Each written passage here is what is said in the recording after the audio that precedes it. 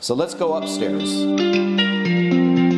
What some people don't understand is putting floors, either LVP or real wood, on stairs is very, very expensive. Right. Because they charge you per step, per stair riser, per stair nose. You're better off just putting carpet back down on the stairs and then continuing LVP through every. A lot of people rather have carpet on the stairs because it's safer. Right. Especially with little kids, if they're in socks, they'll slide right down this. Yeah. Again, we've got a dated light fixture, so we'll replace that. This is your primary bedroom. Remove the ceiling fan, paint everything new, recessed can lights. I would maybe consider, since this is the primary bedroom, I'll put down on the proposal to do LVP also in here. This is one of the most important rooms. People forget about the primary bedroom, but it's a very important room.